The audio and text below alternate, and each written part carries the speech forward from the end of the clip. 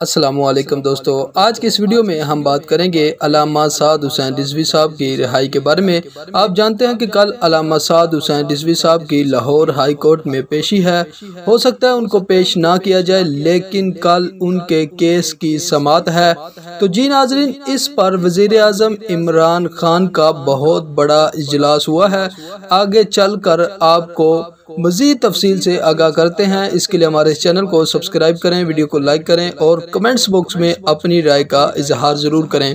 जी नाजरीन, अगर हुकूमत की बात की जाए तो हुकूमत पर शदीद दबाव है अल्लामा साद हुसैन रिजवी साहब को रिहा करने का, क्योंकि आप जानते हैं कि तहरीक लब्बैक पाकिस्तान के मिलियन मार्च में मरकजी शूरा ने ये हुकूमत से मुतालबा किया है कि अल्लामा साद हुसैन रिजवी साहब को फिल फौर रिहा किया जाए, वरना हम धरने की कॉल दे सकते हैं।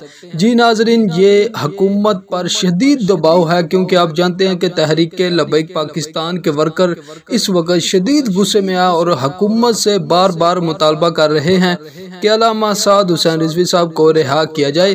पिछले दिनों आपने देखा कि ट्विटर पर भी एक ट्रेंड चलाया गया, जो कि देखते ही देखते मिलियन में चला गया, और उसके बाद 14 अगस्त को आपने देखा कि मिलियन मार्च हुआ, अल्लामा साद हुसैन रिजवी साहब की रिहाई का मुतालबा पेश किया गया।